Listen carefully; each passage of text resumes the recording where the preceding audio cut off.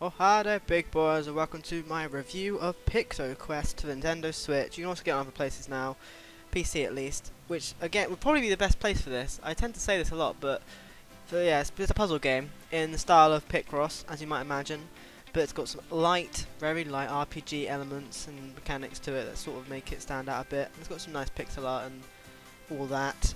Presentation's quite good. Anyway, let's talk about the game. So it's a very simple game concept really. You have these rows and columns, and at the top and on the sides it says how many of those are filled or need to be filled in. Then you've got to basically do the maths and figure out, like, if there's a 10 there, then you know there'll be a full row. If there's 10 blocks in that row, if there's 5, then you know there's only 5. You've got to work out which of those 5 it is. So that's quite fun. You get different types of levels. Some of them are like bosses, some of them are like standard enemies, some of them I think you just sort of have to do it in like a just do it, you know. But yeah, the enemies, they can attack you, and then you can attack them if you get it right, and all sorts of stuff like that. The side quests, technically, I mean barely. Side quest is going to talk to a guy. He says do this puzzle you've already done again, but this time in like a certain amount of turns or something like that.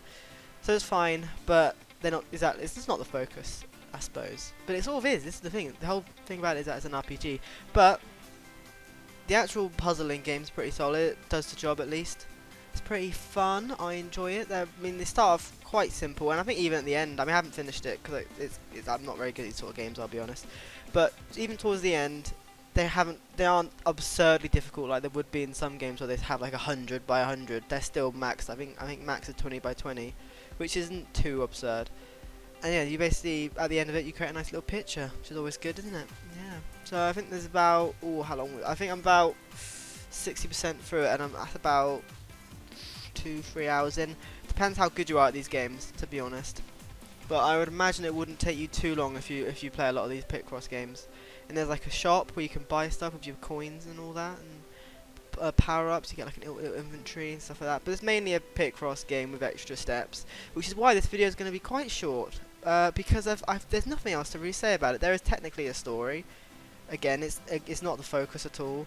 It's basically just if you want Picross and you want a bit more of an extra spin on it, then this is what you want, I suppose. But just keep in mind, it's not anywhere near as much an RPG as you might hope. And you choose levels just by going on the map and just going to the next one. So there's no like open world or anything like that. You just keep going and going. Yeah, so yeah, it's a bit of a weird one. I would recommend it if you like Picross, or if you think you might enjoy Picross but you don't know yet. This would probably be quite an easy one to get into.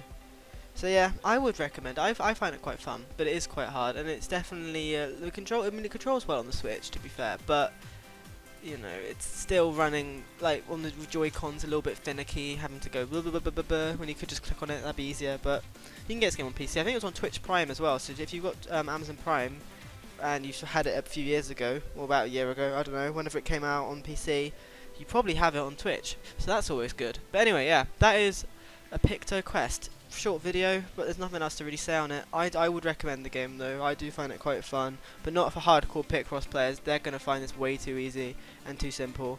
But for little casual players like me, you will enjoy PictoQuest, I reckon. So yeah, thanks for watching, big boys. This is a point in time, and bye.